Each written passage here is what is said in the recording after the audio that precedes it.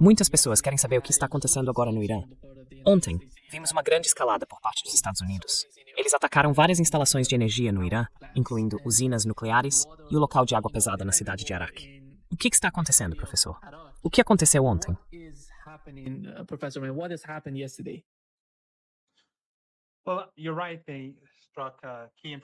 Bem, você tem razão.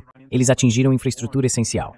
Os iranianos já haviam alertado anteriormente que se tais ataques fossem realizados, a retaliação seria muito severa. Agora eles afirmaram que atacarão infraestrutura essencial na Palestina ocupada, bem como nos 5 regimes do Golfo Pérsico. Simplesmente porque esses 5 regimes fazem parte da guerra. Sem eles, os Estados Unidos não podem travá-la. Sem o espaço aéreo, o território, as bases ou o acesso aos portos deles, essa guerra é impossível. E eles ainda estão financiando-a. Esses 3 países, os Emirados, a Arábia Saudita e o Catar, estão fornecendo financiamento. Os iranianos sentem que quando esses países falam sobre sua neutralidade, estão insultando a inteligência do povo iraniano. A destruição de infraestrutura essencial e de grandes ativos industriais nesses países já começou, e continuará até que o que os iranianos declararam anteriormente seja totalmente cumprido. Devemos lembrar que isso já aconteceu antes. Os iranianos advertiram o regime americano de que, se atacassem a infraestrutura essencial do Irã, haveria uma forte retaliação. E o regime israelense fez isso, atingiu o campo de gás de South Pars. Em resposta, o Irã destruiu grandes partes das instalações de gás do Catar, suas unidades de produção de GNL, bem como ativos importantes nos Emirados e na Arábia Saudita. Então, quando o Irã faz essas ameaças, é algo muito sério. Se isso continuar, o Irã vai prosseguir. E no fim das contas, se seguirmos por esse caminho, se os israelenses insistirem, isso levará à destruição completa dos ativos de petróleo e gás em todo o Golfo Pérsico. Depois, mesmo que haja algum tipo de acordo mais tarde, não haverá gás, nem petróleo, nem petroleiros. Basicamente, o que o regime israelense está fazendo é sacrificar o mundo inteiro, toda a economia global. E Trump, sendo a pessoa obediente que é, mesmo que nos digam que ele está buscando uma saída, parece simplesmente não ter autoridade nem a influência para encerrar isso. Ele é obediente aos sionistas e ao regime em Tel Aviv. Antes desta guerra, era a mesma coisa. Agora ele está dizendo que não vai atacar a infraestrutura essencial, mas eles estão atacando. Isso mostra que a assinatura de Trump, suas promessas, não significam absolutamente nada. Elas não têm valor. As palavras dele não valem nada. E, portanto, para que esta guerra termine, o Irã está dizendo que as condições no terreno precisam mudar. As condições devem mudar de uma forma que garanta que o Irã não seja atacado novamente no futuro. Não podemos ter um cessar-fogo em que o regime americano e o regime israelense voltem à prancheta, se reorganizem, se rearmem e ataquem novamente daqui a 6 meses, ou daqui a 1 ano, ou 1 ano e meio, ou 2 anos. As 5 exigências iranianas são muito razoáveis e o Irã não vai abrir mão de nenhuma delas. Exigiremos reparações e conseguiremos essas reparações. Essas ditaduras familiares árabes no Golfo Pérsico são totalmente cúmplices. Elas assassinaram muitos iranianos e terão que pagar por isso. Cada centavo que devem ao Irã, o Irã tomará deles. Não há dúvida disso. Além disso, a soberania do Irã precisa ser respeitada. Os direitos do Irã como país soberano precisam ser respeitados. E a segurança dos aliados do Irã em toda a região também precisa ser respeitada. Portanto, um cessar-fogo está fora de questão. Ninguém no Irã aceitará um cessar-fogo, porque sabemos que se aceitarmos um, eles voltarão a fazer guerra. Porque Donald Trump nos disse que obliterou, destruiu. Ele continua usando a palavra dizimou de forma errada. Realisticamente, acho que ele quer dizer dizimou, sabe? 1/10. O Irã, todo dia o presidente venceu enormemente. Ele venceu enormemente. Ele venceu tanto que está cansado de vencer. Quer dizer, ele destruiu todo mundo. Não sobrou nada.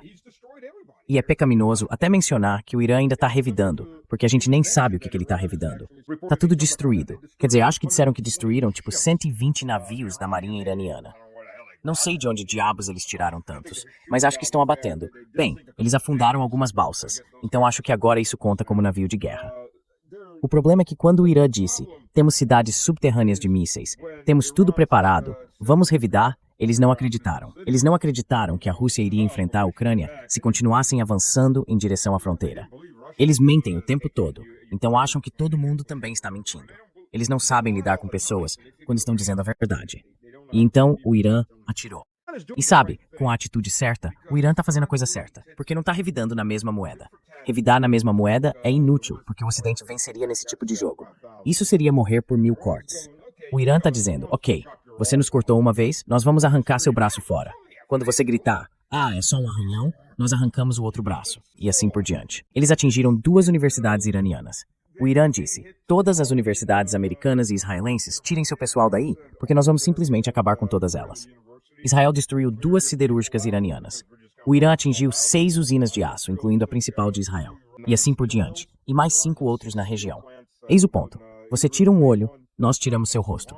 Você tira outro olho, nós tiramos sua cabeça. Essa é a única mensagem que o Ocidente consegue entender. É preciso tornar a dor grande o bastante para que esses países recuem.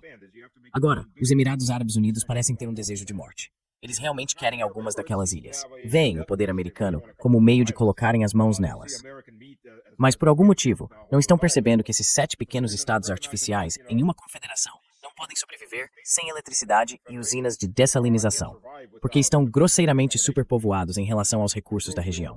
E se esse desejo de conquistar aquelas ilhas e controlar o Estreito de Hormuz for destruir toda a sua entidade, os territórios trilaterais vão simplesmente voltar a ser deserto. Acho que eles terão cidades pós-apocalípticas para filmar filmes, especialmente quando a areia começar a soprar. Mas quero dizer, é isso que estamos enfrentando. E Trump, meu Deus do céu, homem, aquele sujeito é todo atrapalhado, como uma adolescente em um show de boy band. Eu não quero ele. Sim, eu quero ele. Por favor, matem ele. Ah, não. Sim, vai lá pegar ele. Nós vamos pegar ele. Ah, não. A gente precisa dele. Ah, seus desgraçados. É como uma namorada que termina com você. Então você termina com ela. Não quero mais namorar com você. Eu também te odeio. 5 minutos depois, podemos conversar? Não, eu te odeio. 5 minutos depois, posso passar aí pra pegar minhas coisas? Não, eu te odeio. Meu amigo pode ir aí? É só, sabe, isso é o chilique, a birra. O Trump está simplesmente perdendo o controle. E você está ali, vendo o cara perder totalmente o controle. Quer dizer, alguém precisa manter ele longe daquele maldito telefone. Primeiro, ele precisa de um filtro e de um gerente. Ele tem os polegares nervosos. Ele também está começando a ter aquela atitude de velho ranzinza, em que tudo o irrita e as emoções vêm antes que ele consiga se controlar. Uma coisa é gritar com quem está por perto. Outra é postar isso no equivalente dele ao Twitter, o Truth Social, e 1 bilhão de pessoas verem antes que ele tenha pensado em qualquer coisa. E o Trump é simplesmente instável. Quero dizer, essa deve ser a mensagem que qualquer líder mundial que esteja observando tirou disso. Tipo, Jesus, esse cara é completamente imprevisível. Ele não consegue controlar as próprias emoções. Obviamente, ninguém está controlando o que ele publica. Ruim pra ele, ruim pra Casa Branca. Então você sabe, o Irã vai pensar, estávamos certos. Enfim, é só observar o comportamento errático do Trump. Pete Hegseth esteve aqui hoje de manhã, dizendo que tudo foi obliterado e que eles basicamente concluíram o trabalho. A mudança de regime chegou. Eles repetiram várias vezes que a Marinha do Irã, seus sistemas de armas, etc., foram eliminados. Mas, mesmo assim, o Irã continua atacando petroleiros. E este foi grande. Há rumores de que pode haver um vazamento na costa, que o navio estava totalmente carregado, e isso causou um enorme salto nos preços do petróleo, com um único ataque. Estou surpreso que esse ataque em particular tenha causado um aumento de $4 ou $3. Quero dizer, esse deve ser o quê? O 12º ou 15º petroleiro que foi destruído, esteja ele vazio ou cheio. O problema com todas essas trocas é que existem os fundamentos. E depois há o bem. Isso provavelmente representa cerca de 20% da formação de preço. Os outros 80%, ou algo em torno disso, são baseados em emoções. Tipo, uau, agora perceberam que os petroleiros vão ser atacados, porque já não houve uma dúzia deles atingidos? Houve um que tentou atravessar o Estreito de Hormuz e ele foi atingido ontem. Primeiro, o viés de normalidade, porque as pessoas não querem admitir o que já vem acontecendo há um mês. Depois de um mês, finalmente estão dizendo, ok, isso não vai acabar tão cedo. Então esse é um ponto. Mas sabe, antes de tudo, vamos falar sobre os efeitos em cadeia. O primeiro efeito em cadeia é o custo do seguro. Quero dizer, esse é um efeito imediato. A maioria desses petroleiros é segurada pela Lloyd's de Londres. A Lloyd's de Londres não vai pagar o seguro. O trabalho das seguradoras não é pagar indenizações. O trabalho delas é arrecadar dinheiro. As pessoas interpretam mal o que realmente é uma companhia de seguros. Elas farão de tudo para não te pagar. Mas neste ponto, elas vão disparar essas taxas. Mas a questão é, se as usinas de dessalinização deles forem atingidas, acabou, esses países estão perdidos. Vai haver um número enorme de vítimas. Quero dizer, a temperatura está em 45 graus agora e vai subir. O verão ainda nem chegou. O corpo humano, nesse tipo de ambiente, com esse calor, com o vapor d'água evaporando direto da pele, um dia sem água, e você está acabado. Todos esses 7 pseudo-estados emirados dependem 100% das usinas de dessalinização, porque antes do petróleo, eles eram apenas fortes de tijolos de barro. A grande maioria da população era composta por nômades beduínos. Esse era simplesmente o ambiente em que viviam. Mas por causa da tecnologia, do dinheiro vindo do petróleo e do gás, e do sistema bancário ligado a esses recursos, além do puro consumismo, porque é basicamente o que eles têm, conseguiram crescer e se transformar em enormes metrópoles. Mas, novamente, essas metrópoles não conseguem se sustentar sozinhas. precisam que os alimentos sejam trazidos de fora. Um ser humano pode passar fome por algumas semanas antes de morrer, dependendo de quão gordo ele é. Talvez dure um pouco mais. Mas a questão é que ele não pode viver muito tempo sem água. E é aí que está o calcanhar de Aquiles deles. E é fim de jogo, em questão de dias, para milhões de pessoas. Literalmente. Não dá para tirar essas pessoas fisicamente. Não dá, mesmo que o Irã diga, e provavelmente diria, coloquem o máximo possível delas em tanques, tirem-nas de lá para que não morram de desidratação. Mas há gente demais. Então não sei o que eles estão pensando. O efeito colateral a longo prazo para essas entidades será o declínio financeiro, o declínio econômico. Provavelmente nunca vão se recuperar totalmente desta guerra. O Irã vai se recuperar, eles não.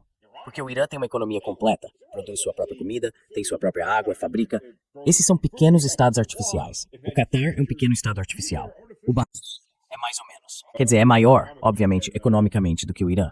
Mas o Catar também é, em grande parte, deserto. Todos eles realmente cresceram por causa do petróleo e do gás. Então, se você tirar isso, veja o Kuwait. Depois de 91, 92, era a joia do Golfo Pérsico. Nunca se recuperou totalmente. Já se passaram 30, 34 anos, e eles nunca se recuperaram completamente. São uma sombra do que eram antes de 1991, quando os americanos fizeram Saddam invadir o Kuwait de forma estúpida. O Kuwait costumava ser a 19ª província do Iraque, e eles estavam roubando petróleo iraquiano. Tudo isso era verdade, mas foi uma armadilha para atrair os Assassins ainda mais para o Golfo, colocando Saddam lá. E eles nunca se recuperaram, então não acho que nenhum desses vá se recuperar. E isso se ainda houver algo de que se recuperar. Quero dizer, quanto mais isso durar, pior fica para eles. Vamos falar sobre outra entidade que talvez não se recupere disso. E essa é Israel. Porque veja, Stas, enquanto conversamos, Israel está sendo duramente atingido em Tel Aviv com as submunições Karashima 4. Isso está acontecendo todas as noites. E todos os dias vemos esses ataques simplesmente devastando Israel. Há relatos de dezenas de israelenses tentando sair pelo Egito, porque Ben Gurion está fechado. Israel está em uma posição muito semelhante ao Golfo. E sobre se essa guerra vai ou não ultrapassar o prazo de 4 semanas que ele estabeleceu, parece que isso sempre muda. 4 dias, 4 semanas, 4 meses. Mas o que você acha disso? Porque há relatos de que Israel nem está mais interceptando 20% desses mísseis. Por quanto tempo eles ainda podem continuar? Qual é a sua avaliação sobre a situação de Israel à medida que essa guerra prossegue? Quanto à interceptação, é preciso lembrar que uma boa parte das defesas aéreas israelenses nunca foi projetada para mísseis balísticos. O Domo de Ferro foi desenvolvido para interceptar foguetes do Hamas e do Hezbollah. Foguetes, não mísseis. E o que quero dizer com isso é que o Hamas fabricava foguetes caseiros, certo? Então eles lançavam uma centena deles, ou talvez 30, tanto faz. Eles iam para onde quer que fossem, porque é como um rojão. Você lança e o foguete de garrafa voa mais ou menos na direção que você apontou. Não há sistema de guiagem. O Hezbollah era um pouco mais sofisticado, mas a maioria do que eles disparam é equivalente a foguetes Grad de 122 mm, que novamente são foguetes. Você simplesmente satura uma área com um sistema de lançamento múltiplo de foguetes, como o Grad, e dispara cerca de 12 foguetes que explodem em uma mesma região. E é assim que se faz a saturação. E era nisso que eles estavam atirando. E o sistema Domo de Ferro foi feito para isso. Eles não são muito rápidos em comparação com, digamos, mísseis balísticos modernos. Não estou falando de hipersônicos. Um míssil balístico é basicamente supersônico quando está em trajetória descendente. Às vezes ele atinge a mesma velocidade de um hipersônico. A diferença é que não possui o veículo planador manobrável. Então é apenas um arco balístico. Mas o Domo de Ferro não foi feito para isso. Ele não consegue alcançá-los, nem rastreá-los rápido o suficiente. Ele serve para interceptar foguetes maiores e projéteis de 120 mm lançados por sistemas de foguetes ou Grad, especialmente aqueles sistemas Grad mais antigos. A parte inteligente do Domo de Ferro é que ele calcula a trajetória balística de cada míssil que se aproxima e, se parecer que vai cair no deserto ou em áreas pouco povoadas, simplesmente os deixa passar. Ele não os intercepta. Por que desperdiçar munição? E isso só mostra mais uma vez que eles não são guiados, são muito mal direcionados. Agora, quando se trata dos mísseis balísticos ou drones do Irã, aí sim é uma coisa totalmente diferente. Eles são todos direcionados com precisão. E o Domo de Ferro, há muitos vídeos em que ele dispara apenas por desespero. Lançam alguns interceptadores e o míssil balístico simplesmente passa direto por eles. Está se movendo em velocidades que eles não conseguem lidar. Então sim, Israel e os Patriots basicamente acabaram. Os Estados estão pegando os Patriots. E já que estamos nisso, os Estados estão sem Tomahawks. Na verdade, os Tomahawks que deveriam ser entregues à Suíça não serão mais, porque os Estados precisam deles, e já estão atrasados de qualquer forma. E a Suíça teve um problema com isso, obviamente. Não vamos pagar por isso. Não vamos te devolver o dinheiro, porque você não nos entregou os mísseis. Eles disseram, bem, o dinheiro que você investiu nos F-35, você ainda não recebeu. Vamos simplesmente ficar com ele. Então Israel saiu prejudicado, e duplamente. Talvez seja uma boa lição para eles aprenderem. Mas sim, eles estão sem mísseis. A coisa boa para os israelenses, eu te digo, é que Israel não está na mesma situação. Há várias questões aqui. Uma, para Israel, isso funciona porque um golfo destruído em chamas está em seu interesse. Vamos lembrar que Netanyahu, há uns 2 ou 3 anos, foi à ONU e fez aquele discurso bem estranho, sabe? A maldição, a bênção e tudo mais. O mapa dos locais. Aliás, Turquia e Iraque faziam parte da maldição, eu acho. A Síria com certeza fazia, e o Irã também. E ele estava desenhando essa linha, mostrando por onde a nova rota comercial vai passar, através de Haifa, para que os sauditas possam exportar seu petróleo por Haifa. Então, para ele, um Oriente Médio destruído é ótimo nessa região. E depois Israel tem outra grande vantagem que nenhum outro país do mundo tem. Bem, o Irã tem até certo ponto. O Irã conta com a Rússia e a China, que vão ajudar a colocar o Irã de volta em pé. Na verdade, eu pessoalmente já estou analisando essa questão para algumas pessoas, preparando as coisas para quando a luta parar, porque o Irã vai precisar de ajuda de empresas russas e chinesas. Mas Israel tem um grande respaldo, chama-se o contribuinte dos Estados Unidos. É como se dissesse, bem-vindos a ser o povo que vai reconstruir a economia israelense. Vocês não vão ter escolas, não vão ter estradas melhores, não vão ter novas pontes, vão ter um Israel recém-reconstruído, o principal estado dos Estados Unidos da América. Acreditem em mim, Ted Cruz e todos eles mal podem esperar para despejar o seu dinheiro lá. Então é isso. Bem-vindos à realidade. Eles estão prontos para mandar seus filhos morrerem por isso. Estão mais do que dispostos a investir mais dinheiro na reconstrução de Israel. Israel tem assistência médica gratuita, educação gratuita. Vocês não, mas são vocês que pagam por isso. Essa é a realidade. Tenho certeza de que a liderança israelense vê exatamente dessa forma. Não importa o quanto de dano soframos, o tio Sam vai desembolsar o dinheiro de que precisamos. Israel tem o apoio dos Estados Unidos, mas quanto terá de sofrer e se recuperar, por assim dizer, quando tudo isso acabar, para colher os frutos de um Oriente Médio mais caótico, especialmente se o Irã ainda estiver por aí?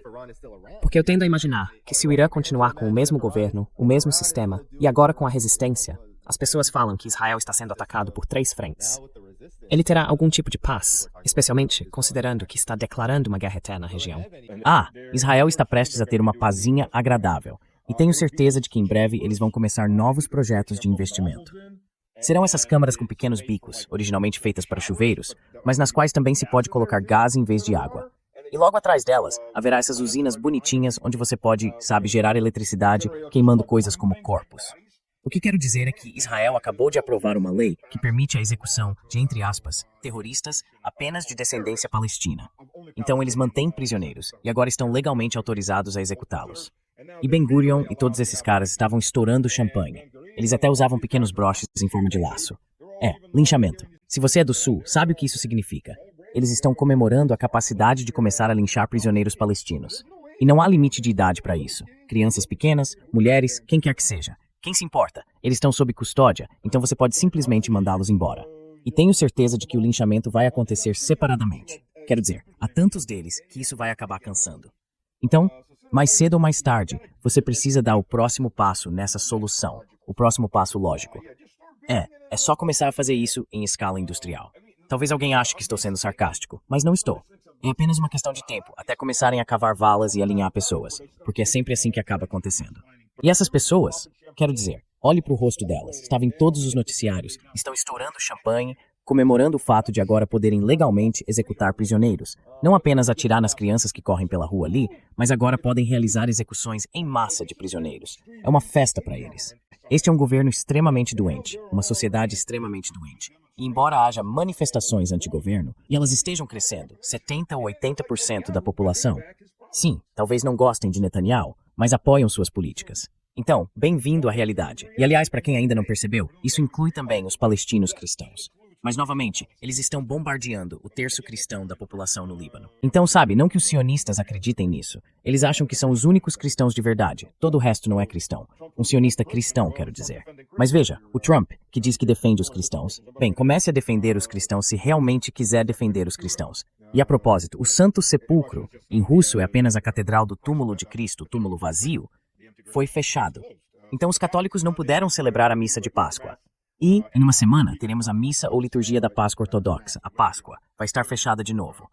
Essa igreja, desde que foi construída lá pelo 3º ou 4º século, nunca tinha sido fechada assim. Mas agora está.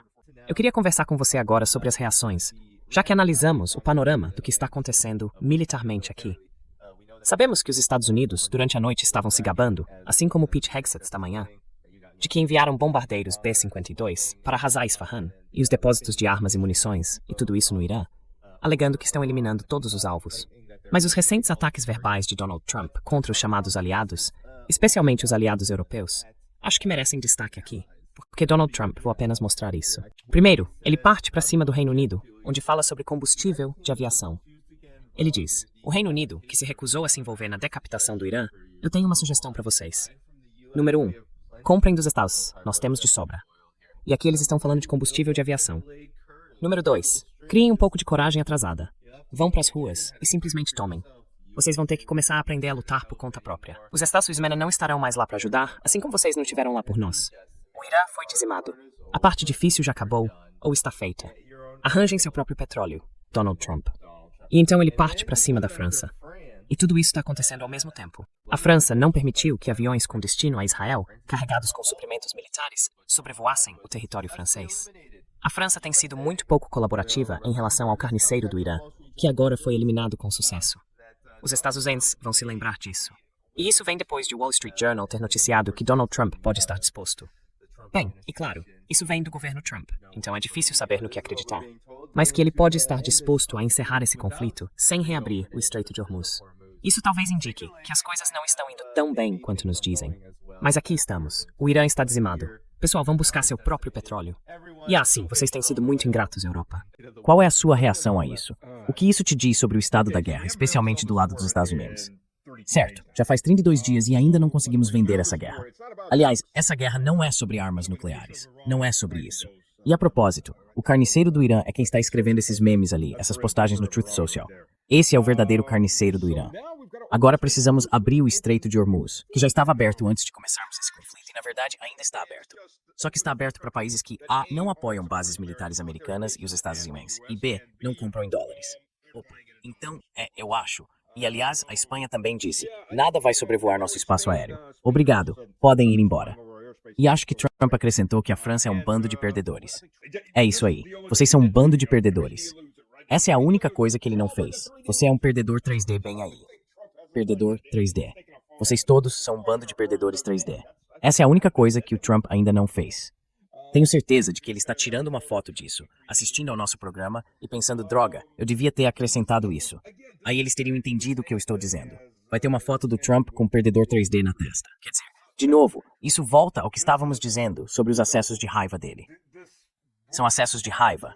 Essa atitude de valentão, de vou te forçar porque vou te chamar de nomes e vou te empurrar com o peito se você não fizer o que eu digo. Porque ele estragou tudo e precisa que você tire as castanhas dele do fogo com suas próprias mãos e patas. Sabe, os europeus estão dizendo, não, pela primeira vez. Se eles não pagarem em dólares, quando tudo isso acabar, eles poderiam ir lá e tirar aquele petróleo. Se ainda estiver fluindo, claro. Vamos começar por aí. Eles poderiam realmente ir lá e pegar. Na verdade, o Trump jogar a toalha e sair é a melhor maneira de reabrir o Estreito de Hormuz com perda mínima de vidas. Provavelmente é a última coisa que o Trump quer ouvir, porque, bem, a base maga que restou, eles compram qualquer coisa dele. Eles compraram as moedas dele, pelo amor de Deus, e deram a ele 30 bilhões de dólares. Sabe do que estou falando? As moedas do Trump? 30 malditos bilhões. Jesus Cristo. Meu Deus, essas pessoas, é inacreditável. A maioria delas mal consegue pagar o aluguel, mas está comprando porque quer fazer parte da equipe Trump, da família Trump. Era assim que ele vendia a ideia. É patético. Mesmo que o que ele fazia não fosse ilegal, era absolutamente corrupto do ponto de vista moral. Mas essa base maga que restou, eles compram qualquer coisa. O problema é que ele perdeu 2/3 do maga. Muitos republicanos se voltaram contra ele e os democratas estão só esperando. Quero dizer, as eleições, se é que vai haver eleições, isso ainda é uma dúvida. Há maneiras de contornar isso. Mas se houver eleições, e se elas não forem roubadas do jeito que as eleições de Trump foram roubadas antes, foram roubadas, e Trump está tentando fazer exatamente a mesma coisa, roubá-las, sabe, a vez dele de roubá-las, tornando tudo eletrônico. Nesse caso, aliás, pertence a uma empresa israelense. Não dá pra inventar uma coisa dessas. Sabe, se ele perder as eleições, acabou. Quero dizer, acabou literalmente. No mínimo, se ele perder até uma das casas, vai ser uma tentativa de impeachment atrás da outra, só pra sugar o tempo e a energia dele. E se ele perder as 2 casas, pode haver tentativas de impeachment com oficiais federais indo tirá-lo da Casa Branca. Então, sabe, nesse ponto, a melhor coisa... Bem, obviamente, a melhor coisa que ele poderia ter feito era não fazer isso. Mas já estamos 32 dias atrasados para isso. A melhor coisa que ele poderia fazer agora é jogar a toalha, subir num porta-aviões, dizer missão cumprida e ir embora.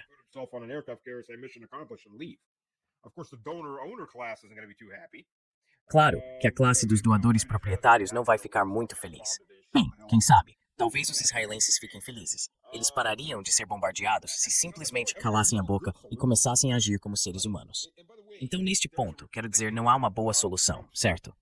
E a propósito, saiu um relatório sobre os briefings diários de guerra de Trump, o que explicaria muito sobre o seu absoluto... Bem, quero dizer, o homem não faz ideia do que está acontecendo. O que disseram é que o briefing diário médio dele dura de 2 a 3 minutos, e são apenas vídeos das Forças Armadas dos Estados Unidos explodindo coisas. Só isso. Não há baixas do lado americano, nenhum dano às forças dos Estados ou aliadas, nada mais. É só os Estados explodindo coisas.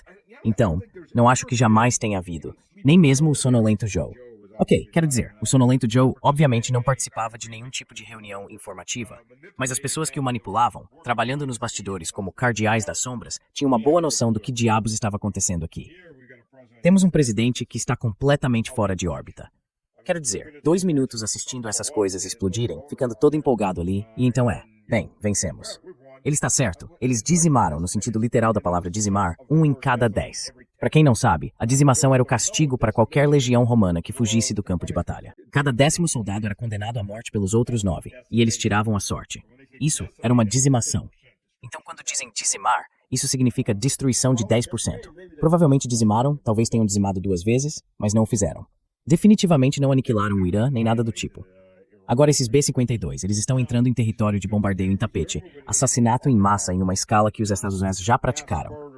Quero dizer, eu estava assistindo ao Tucker Carlson e tinha um cara lá dizendo algo como: sim, você sabe, os israelenses são ruins, mas não é como nós. Nós sempre tentamos salvar vidas humanas.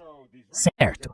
Vamos olhar para isso de forma realista. 5 milhões de civis alemães mortos de um total de 6 milhões na Segunda Guerra Mundial. Milhões de civis japoneses mortos. 3 milhões de vietnamitas mortos. Pyongyang foi bombardeada tão intensamente que os pilotos norte-americanos reclamavam que não havia mais alvos para lançar bombas. E assim por diante. Na Iugoslávia, eles bombardeavam civis porque não conseguiam encontrar os militares. Sabe, é apenas procedimento padrão. Eles não conseguem encontrar os militares iranianos porque estão espalhados em bunkers. Então o que fazem? Bombardeiam civis. E é isso que estão fazendo agora. Escolas, igrejas, mesquitas, hospitais. Eu vi relatos de que, enquanto os Estados Unidos supostamente estavam destruindo bunkers em Isfahan e atingindo o chamado depósito de armas e munições, o Irã estava lançando mísseis balísticos a partir de Isfahan. Quer dizer, essa é uma dinâmica e tanto. Sabe, havia mapas mostrando que eles estavam atirando, acredito que estavam mirando em Israel. Mas ainda assim, é uma dinâmica que considero bastante marcante em termos do que são as realidades do campo de batalha aqui.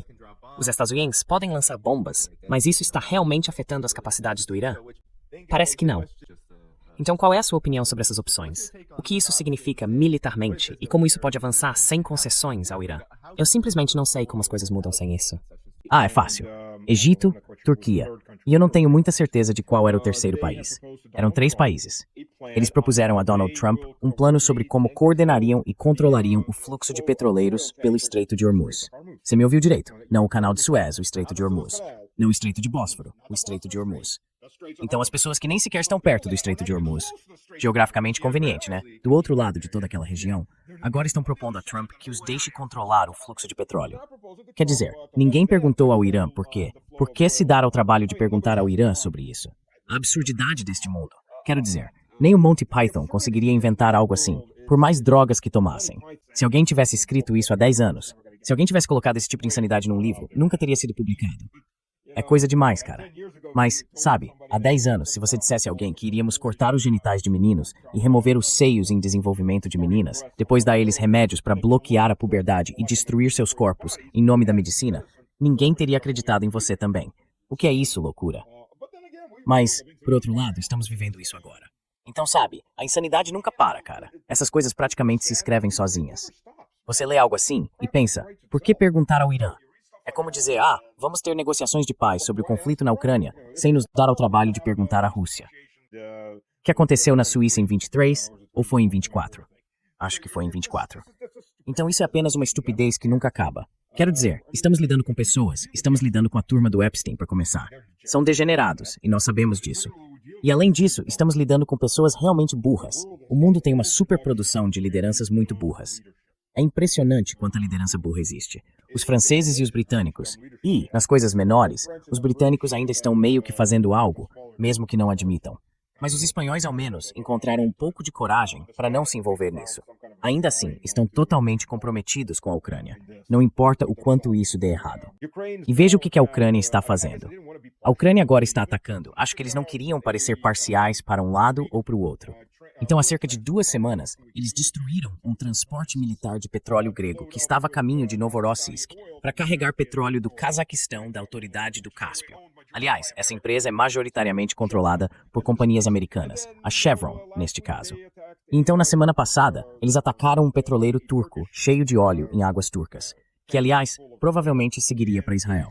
Porque a Turquia, por mais que Erdogan critique o que os israelenses estão fazendo, não teve problema algum em redirecionar 57 petroleiros para Haifa. 57 petroleiros, desde que esse conflito começou. Eles provavelmente poderiam ter ido para a Europa, mas para que os europeus precisam de petróleo. E então os israelenses, quer dizer, os ucranianos, estão atacando o gasoduto Turkstream, que vai para o sul. O gasoduto russo vai para o sul para abastecer o sudeste da Europa. E eles fecharam o oleoduto Druzhba para a Hungria e a Eslováquia, que aliás estavam refinando aquele petróleo e fornecendo à Ucrânia 20% do diesel de que ela precisa para o seu exército, que é basicamente para onde ele vai. Então você está vendo um monte de pessoas insanas por toda parte. Quero dizer, é incrível assistir a isso. É simplesmente absolutamente incrível assistir a isso. E o Irã, sabe, vou dar esse crédito ao Trump, eles fizeram uma mudança de regime. Eles mudaram, mas foi uma mudança de regime geracional.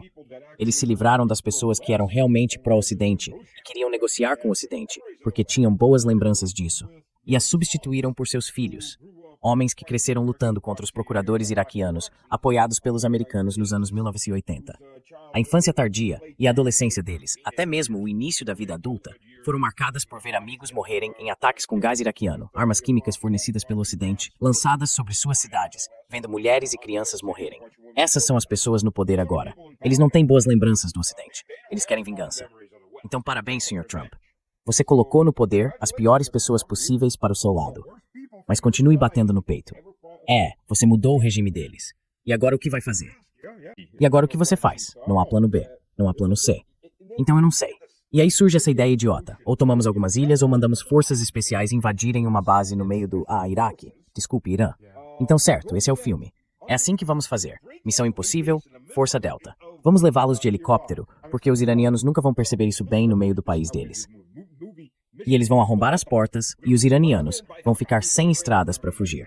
Então poderão ser abatidos, como a vovó fez. Certo, vamos manter isso no roteiro.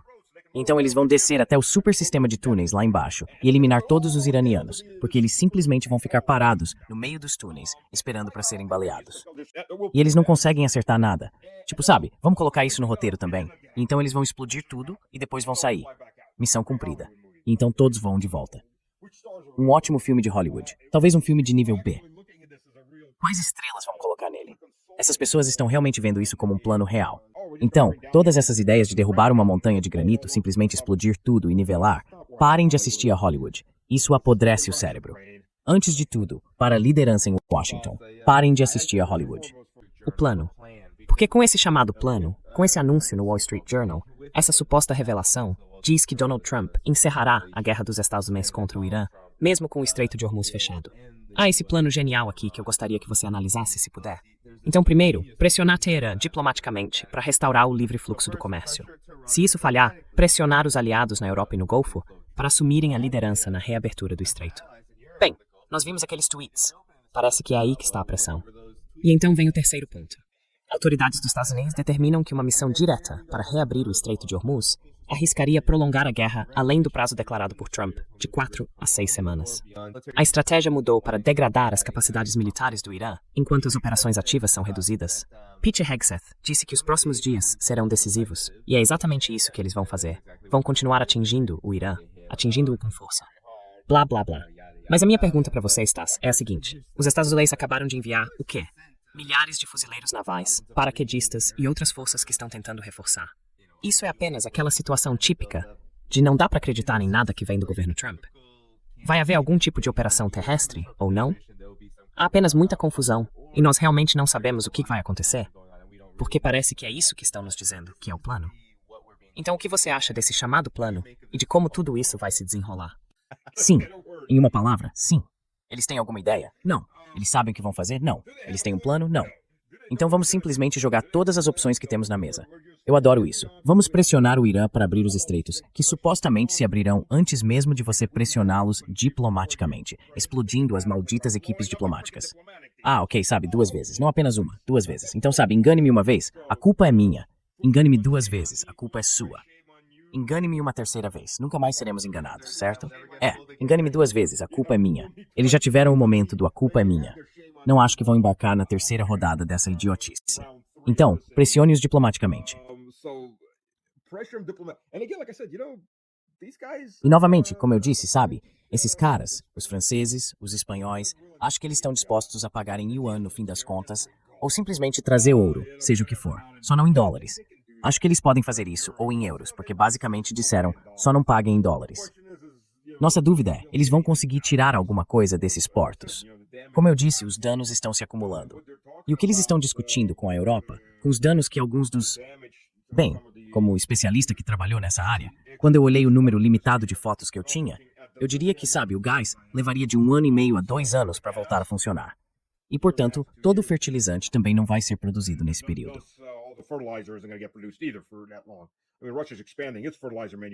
Quer dizer, a Rússia está expandindo sua produção de fertilizantes, aumentou 40%, mas não dá para compensar 30% em 1 ano.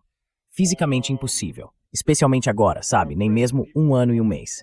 Mas, pelo que li de pessoas que estão lá, disseram que acabou, começa do zero. E se essa for a realidade, mesmo que as cabeças de poço não estejam danificadas, você está olhando para 5 a 7 anos. Se as cabeças de poço estiverem danificadas, está olhando para uma década ou mais. O que nos leva de volta à questão. Os sheiks do Catar vão se dar ao trabalho de investir tanto dinheiro assim. Porque, na verdade, se você olhar para esses pequenos países, eles são apenas corporações. Corporações familiares disfarçadas de pseudo-estados. E neste ponto, eles não têm nenhuma receita entrando. Pode ser que não tenham receita por 5, 7, até 10 anos, mas vão ter uma grande quantidade de dinheiro que precisa ser investida. Estamos falando de centenas de bilhões de dólares. Eles vão fazer isso de boa vontade ou vão desistir, sabe? Vão simplesmente cair fora e dizer tanto faz, não nos importamos com isso. Já temos nossos bilhões nas contas bancárias. Vamos viver o melhor que pudermos agora com esses fundos limitados que temos, de centenas de bilhões. Para que se preocupar em reinvestir? Porque quero dizer, tudo isso foi construído desde os anos 40, 50 e 60.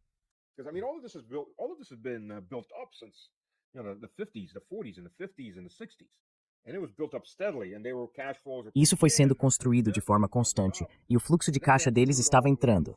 Eles estavam investindo e crescendo. E agora precisam fazer tudo isso em 5, talvez 7 anos. Isso é enorme. Mas quero dizer, você consegue imaginar tanto gás fora da economia pelos próximos 20 anos? E para as pessoas que vão dizer perfurem agora, claro, é uma ótima ideia. Mas é importante entender uma coisa. Leva, em média, de 3 a 5 anos para colocar um novo campo em exploração econômica. Desde identificar geologicamente onde aquele petróleo e gás podem estar, até colocar o equipamento no lugar e começar a fazer poços exploratórios, que basicamente é algo como, ok, vamos tentar aqui. E você começa simplesmente fazendo buracos no chão até encontrar o produto. Aí você diz, ok, tem produto ali. Fizemos bem. Porque geologicamente você está observando as camadas do solo e pensando, sim, essa pode ser uma área onde pode haver petróleo e gás. Mas até começar a perfurar, você não sabe. Esse é o simples fato. Onde está localizado e se há volumes que possam ser explorados economicamente. Você simplesmente não sabe até começar a perfurar. Mas uma vez que começa, é preciso levar equipamentos e pessoas para o local onde estiver. Depois, há as questões climáticas. Por exemplo, se você estiver perfurando no extremo norte da Rússia, só é possível fazer isso durante o inverno gelado, porque as estradas estão congeladas. Tudo está congelado. Não dá para fazer isso no verão, porque tudo se transforma em um grande pântano e os mosquitos, que ficam mais ou menos desse tamanho, aparecem em enxames pretos. É por isso que as renas do norte migram, não apenas por falta de comida, mas porque estão tentando fugir dos mosquitos. Estou falando bem sério quando digo isso. Então tudo isso, sabe, há vários fatores que influenciam quanto tempo vai levar para colocar qualquer novo campo em operação. É preciso construir infraestrutura para isso. Quando o petróleo ou o gás começam a sair, é preciso descobrir como levá-los ao mercado. Tudo isso leva tempo. Não há tempo. É isso, a crise chegou. A crise alimentar vai chegar nos próximos meses. A crise de combustível já está aqui. Muitos países estão praticamente sem combustível. Na Austrália, mostraram que cerca de metade dos postos de gasolina ou postos de combustível estão sem nada. É isso. Eles não têm nada, zero, racionando em todos os lugares agora, exceto na Rússia, China e Índia. Os Estados Unidos não estão se apressando, os azuleiros estão apenas espremendo a população ao limite.